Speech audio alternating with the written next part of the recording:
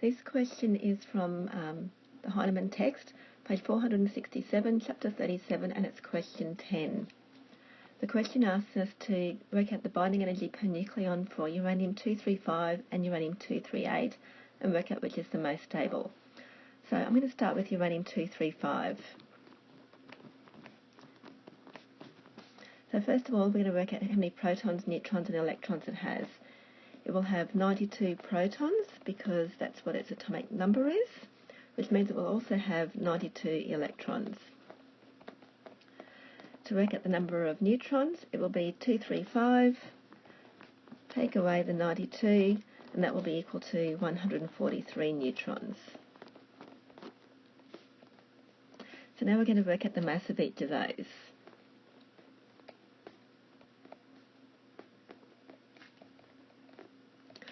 For the protons, we'll have 92 multiplied by 1.007276, which is the mass of one proton, and that will give us 92.669392 U.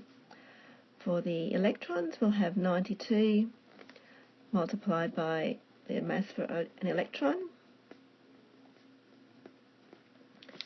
and I've already worked that out. And then for the neutrons, we'll have 143 multiplied by the mass of one neutron.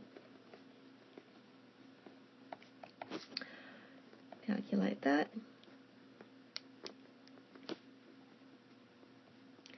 And then we need to find the total mass of all of those. So we add all those together to find we have 236.9589995 U. And don't be tempted to round numbers at this stage. Now we can calculate the mass defect. So we've just worked out what we would expect the mass to be. It's not actually that mass. So the mass that we've just calculated, take away the actual mass, and that gives us a difference of 1.91508 U. Now we can work out the binding energy.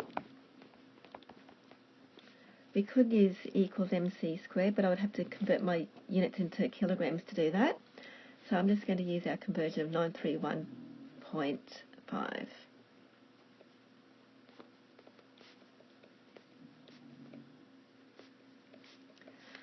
And that gives us 1783.9 mega electron volts. Now, the number of nucleons are the protons plus the neutrons, so I can work out the binding energy per nucleon. So that will be our binding energy divided by the number of nucleons. So we've got our 1783.9 divided by 235, and that gives us 7.59. Therefore, binding energy per nucleon is 7.59.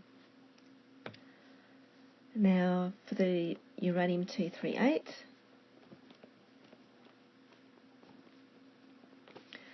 same process again. So first of all we need to work out how many protons, neutrons and electrons we have. So we've got 92 neutrons.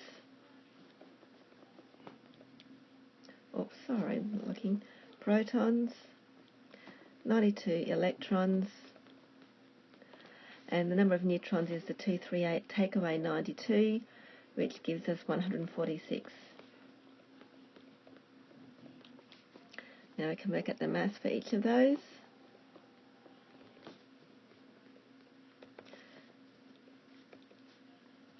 So in each case we're going to be multiplying the mass by the mass of one proton or neutron or electron.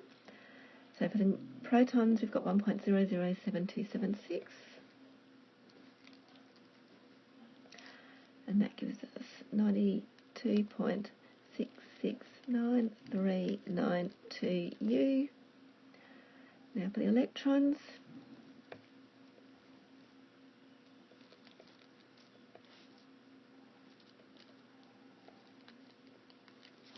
and for the neutrons we've got the mass of 1.008665,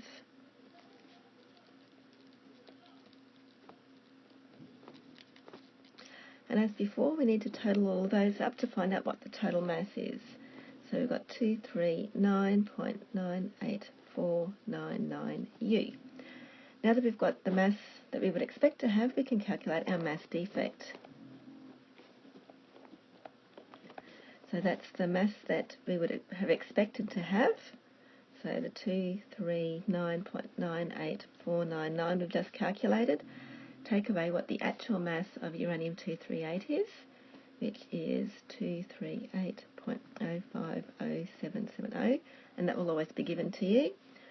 That then gives us a mass defect of 1.934220 U. Now we can work out our binding energy.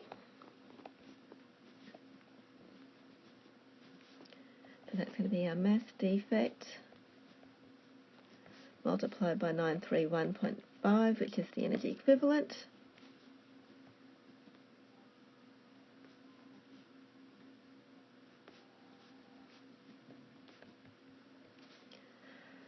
And that gives us 1802 mega electron volts.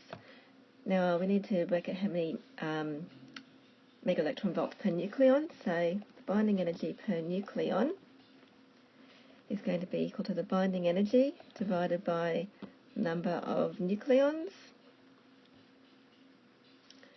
So the binding energy is 1802, and the number of nucleons is your protons and neutrons, which is the 238, our mass number, and that gives 7.57. So therefore the binding energy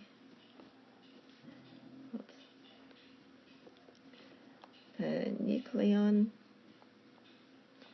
is 7.57 mega electron volts. So by comparing those two binding energies, and I forgot to put mega electron volts here, therefore we can say that the uranium-235 is more stable than uranium-238, because it has a higher binding energy per nucleon. So basically it means that it's holding everything together in the nucleus better. So the greater the binding energy per nucleon, the more stable an element will be. The lower the binding energy per nucleon, the less stable it will be.